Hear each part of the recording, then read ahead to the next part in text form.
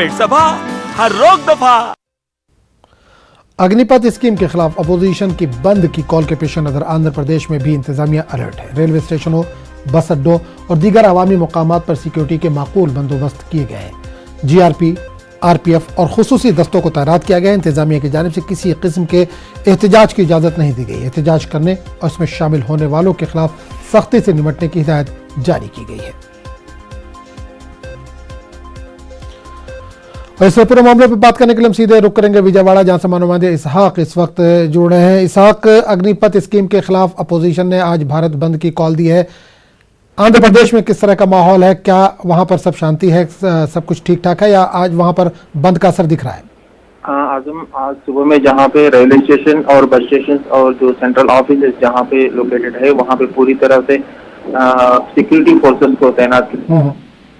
तो railway station पे आने जाने वालों पर पूरी चेकिंग की जा रही है। बिना टिकट के किसी को अंदर आने की इजाजत नहीं है। वही दूसरी तरफ जहां अपोजिशन पार्टी लीडर्स को पहले से ही ऑफिस और घर में नजरबंद कर दिया गया है, बाहर न आने की इजाजत है।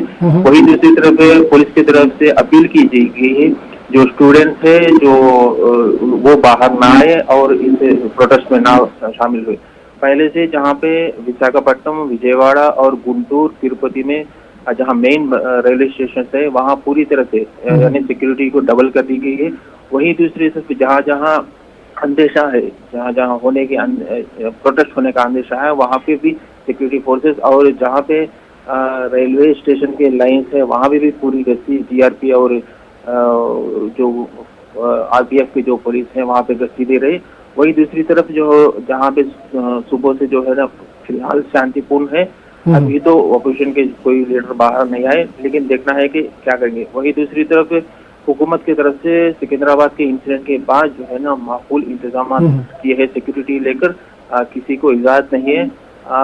कल यानी गुंटूर में कुछ लोगों को जो रेलवे स्टेशन जा रहे हैं उनको हिरासत में लेकर राजमंड्री सेंट्रल जेल को भेज दिया गया। वही दूसरी तरफ दूसरे विशाखापट्टनम और दीगर जगहों पर भी आज सुबह में जो लोग